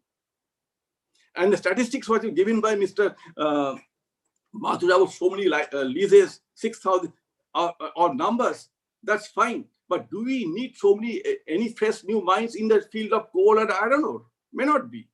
Existing mine can be expanded. And we may think of optimize number of mines, maximize production, reclaim the land, give it back to society. And now they're talking about the minor minerals. Should we allow the so many minor mineral mine to open up or create an optimal size, create a mineral park? Whatever, whether they're semi-special stones, based on the geological assemblage, let's create a mineral mining park of those minor minerals so that you can bring in the concept of modern mining, technology-driven, and sustainable. This is the broad area I would like to touch base. One and above all my previous esteemed speakers have pointed out. I don't want to take much of your time. But FICCI, from FICCI side, we are keen to propagate this concept of tapping, prospecting, exploration of minerals across the country. More so in Rajasthan is a vast area still unexplored, particularly deeper area, which is rich in particularly the metal minerals, as well as the so-called critical minerals and fertilizer mineral like potash, which have already been touched base. Second, once we know with the technology, we know the deposit size, quality, then cover the mining. I think my colleagues and all people, they are well articulated all the aspects we'll take forward. And third, I'd like to focus attention on processing the tailings, mine wastage. That's what I want to put, that we are converting from a linear economy to circular economy. I'm repeating again, we should recycle, recover, recycle, reuse of the waste or tailings. This is what I thought, that this is the way future of mining we should look into. Those regulatory issues that what Mr. Mathur has pointed out, we are all fully aware. FICCI is actively engaged with the government at different level with Niti Aayog to address those issues. But we are thinking for a long-term process where the mining could be a sustainable business operation and contribute to the GDP the way we are projecting. Thank you so much. Thank you, Chairman. In fact, it's a 2 hour of intense brainstorming session that we had. And now I would request Mr. Samprati Singhvi, who is Director of Stonorti Marketplace Private Limited, to please conclude the webinar. Good afternoon, everyone. I can say power-packed at 2 hours for webinar on future of mining.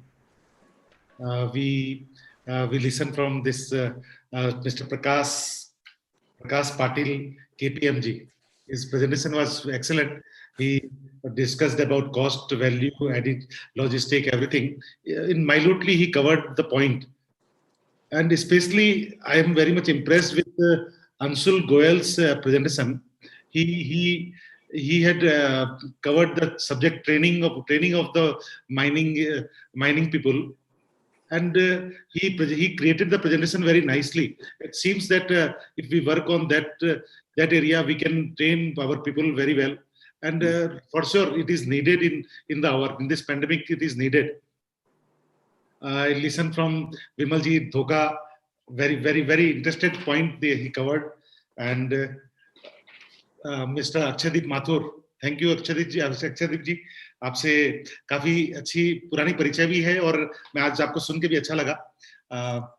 देखिए कुछ बीच में हिंदी बोलना मुझे इसलिए अच्छा लगता है कि हिंदी मेरी मूल भाषा है और मैं हिंदी में बहुत अच्छी तरह बात करना चाहता हूँ और हिंदी को मैं प्रेफरेंस भी बनाना चाहता हूँ। एनीवे, आप सभी ने मिलके जिस अच्छी तरह से इस फ्यूचर ऑफ माइनिंग के ऊपर बातचीत की है, ये एक अच्छा पावर पैक सेशन रहा और लोगों की जानकारी बहुत अच्छी तरह बढ़ेगी।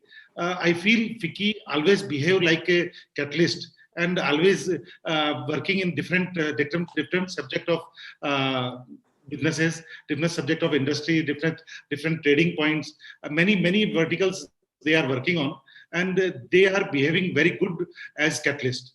Especially on this mining for this today, this webinar was needed, and I think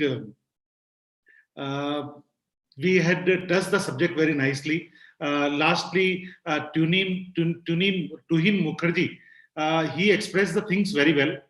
I want to address about welcome note of Sri Dilip ji Chenoy. I think some 2 or 3 months back, I connected with Dilip ji on LinkedIn, and I'm following him. He is operating FICCI very nicely. His vision about connecting to industrialists and connecting with FICCI very nicely. He's handling it very well. And I must say, appreciate the action of all the team members of FICCI, Mr. Atul Sharma, Mr. Rahul, Mr. Arpan, everyone. They are conducting things very nicely. Concept is very good. And I think you must keep on continuing. Thank you, everyone. Thank you, Mr. Singhvi. Thank you to all the distinguished speakers. And with this, we come to an end to this program. Thank you for your presence. Thank you. Thank you, everybody. Thank you, everybody. Thank you, FICCI.